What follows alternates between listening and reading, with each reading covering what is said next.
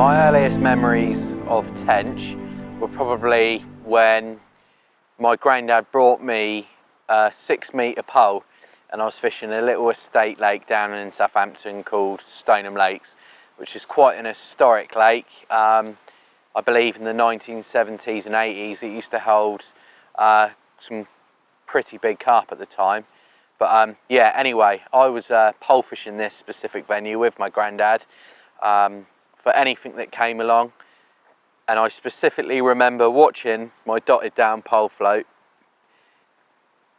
with the plumes of bubbles started rising around the float.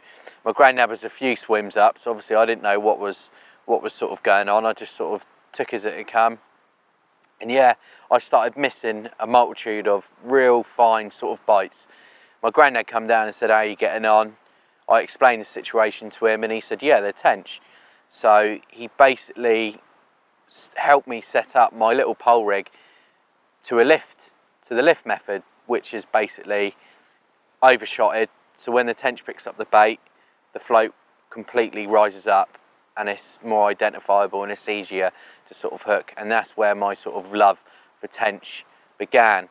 I started catching tench around the £3 £4 mark, and pound for pound they are the hardest fighting, or one of the hardest fighting coarse fish. And yeah, from then on really my love for tench sort of grew. I got into carp fishing, and yeah, you sort of take tench for granted when you're targeting the carp. You know, you're catching big tench and you're unhooking them in the net and you're slipping them back. That's mainly because you're using £3 test curve rods, £12 line, all the rest of you. But yeah, since getting back into specimen angling over the years, I've made a beeline for targeting tench in the stereotypical times of early spring to right through to early summer. And over the past few years, I've been fishing various different gravel pits and lakes around the south coast, sort of dotting around, catching tench to all sorts of different sizes. Size is irrelevant really, but I do like to chase the bigger sort of size tench. And as luck would have it, one day a close friend of mine offered me on a guestie to this lake which we're on today. And yeah, he told me that it held some big tench. No one really targeted them. Had quite a lot of mystery behind it. So that sort of set the boundaries to fishing. It was early April when I first did my guest. Walking onto the lake, I was completely taken back really. And I approached it how I would usually approach tench waters, with hemp and maggot and worm approach. It was still quite early that April, cold, sorry, it was still quite cold that April. But I managed to get lucky and I landed a fish of £9.8, and the next morning I landed a £4. I didn't know that I'd get offered a ticket. I later got offered a ticket, so I was even more happy, you know. I've just got this ticket for this mysterious tench lake with an unknown stock. My ticket started in June 16th, with knowing that I usually catch on hemp, maggot, worm sort of approach. I added this into my armoury. June 16th came, I laid out a nice heavy bed of maggot, hemp, caster, and I was fishing maggot rigs and worm rigs over the top. Little did I know that this venue holds thousands of eels. So literally from midnight when I could cast out, I thought I'd hit the jackpot. I was getting liners from the start, but no, it wasn't tench, it was eels. So that resulted in a very sleepless night. I then had to re-evaluate how I had to approach and target the tench in this specific venue, and I became quite burnt really, because I couldn't fish how I wanted to fish, so I didn't really have that much confidence in how I was fishing. And I had several other tickets at the time, so I was flitting between different venues. So for 2 seasons I neglected this water, but I sort of took a step back and sort of watched and sort of listened to how the tench were getting caught, you know, carp anglers were getting them. So this is now my 3rd season, and the season which I'm on now, basically I just I knew I needed to fish scaled down carp tactics. It's methods that I don't really like to use for tench, but you see it time and time again in this day and age. A lot of carp waters have got big tension, and you always hear and see carp anglers catching these big tench on boilies.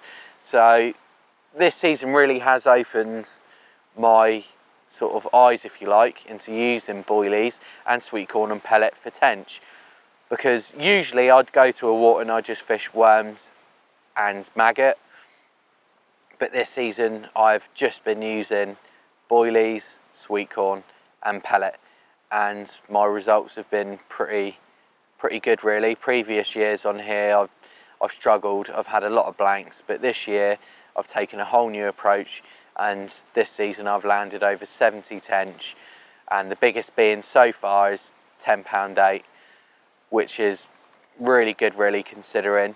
I'm quite fortunate where I can get to this venue in the evenings, so I've been pre-baiting basically, which has just been a standard mix of just a whole jar of hemp mixed with 6mm red krill pellets, sauce boilies, mixed sizes just to get the fish grabbing around, a handful of sweet corn, and I've just been putting a couple of buckets in prior to each trip, because my trips haven't really been long. My trips have been from sort of 4 in the morning till sort of 7:30 before work, stuff like that, so I need to put the groundwork in before fishing. But doing that has really helped me catch the tench. Predominantly the bite time started off early spring between your stereotypical first light to sort of late morning, but then they switched, which sort of threw me off the scent a bit. A couple of the carp anglers started picking up the tench sort of early evening before dark, and I had a couple of blank sessions, so I had to sort of alternate and sort of sweet talk my wife into let me do in a few evenings, which helped me put a couple of extra fish on the bank. But then they reverted back to the first light as the temperatures started getting hotter and the day started getting longer and it started getting lighter earlier. So everything started falling into place. I made a few little tweaks, a few little adjustments to my rigs, which helped. I started using the dumbbells because they were the smallest ones in the pack. I believe they're 14mm. And I ran out of the little dumbbells in my pack, so I went straight onto the 15mm boilie, started getting bigger fish. That evening I had 2 8s, so then I just started using normal shaped boilies, 15mm, and yeah, I started getting the bigger fish. One particular session I arrived at first light, and sadly I lost a double figure tench at the net, which really sort of gutted me.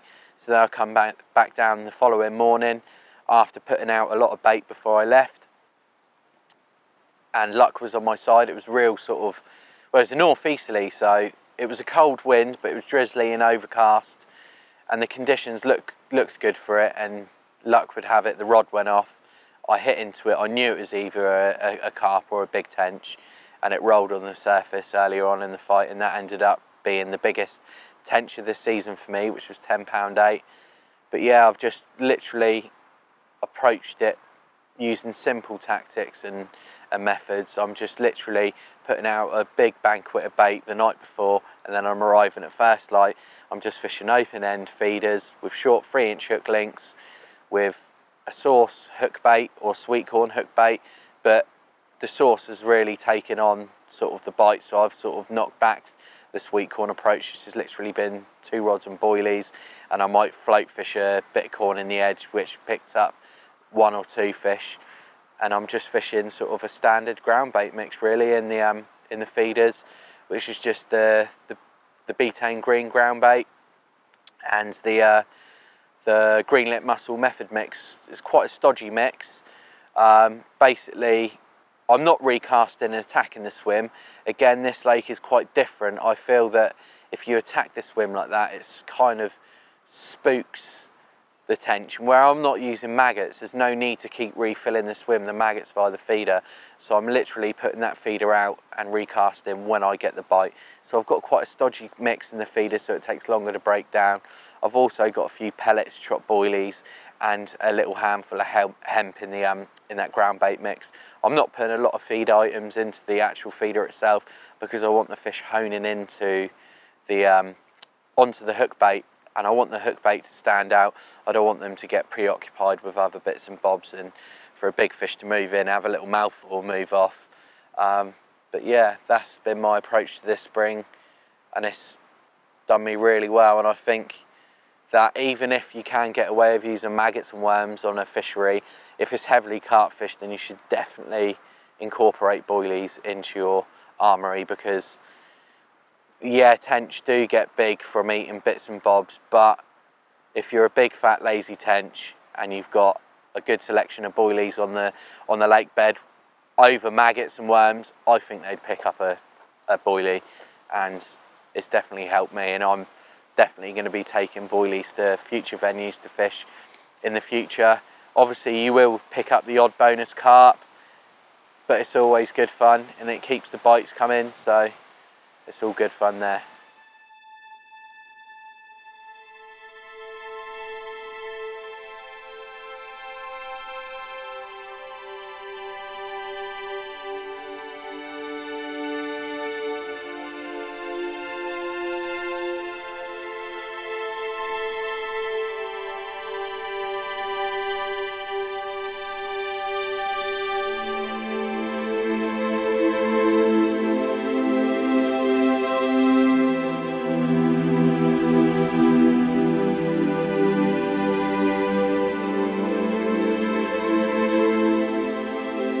Right then, well, we're just coming to the end of this session. We've been faced with pretty harsh conditions, really, so I knew it was going to be tough before we started, but I gave it a good go. Previous to this trip, I come down like I usually do and pre-baited a couple of areas just to keep my options open if I come down and somebody was fishing on top of one of the baited areas. It was quite slow from the off. The lake looked quite dead, really. There wasn't a lot of activity. There was a few fish fizzing about, so I remained optimistic. Around 11 o'clock in the morning, I had a take which resulted in the 8-pound 2 specimen tench. And then from then on, really, it was a bit of a struggle. The pressure was quite high. It was quite muggy and humid. So yeah, it looked quite dull. But in the evening, the weather started to change. It started to get a bit cooler. The clouds started to die off. So it looked promising for the morning. I woke up at 4 in the morning to just reel in, take off the fruity hook baits, which were there to evade the eels. But even they didn't sort of pester me last night. So then I reattached the source hook baits, got them into the lake, and from the off there was tench showing sort of everywhere, really, and things did look quite promising. I received a couple of liners on the right hand rod, and then around 6:30 I had a slow and steady take, which I lifted into it, and it felt like a good fish from the off. It come to the top and kited, which, you know, stereotypically big tench do, and unfortunately I couldn't act quick enough to sort my clutch out, and it flat rodded me and the hook pulled in some weed, which is a shame, but you know, it's fishing, it's realistic, it's what happens.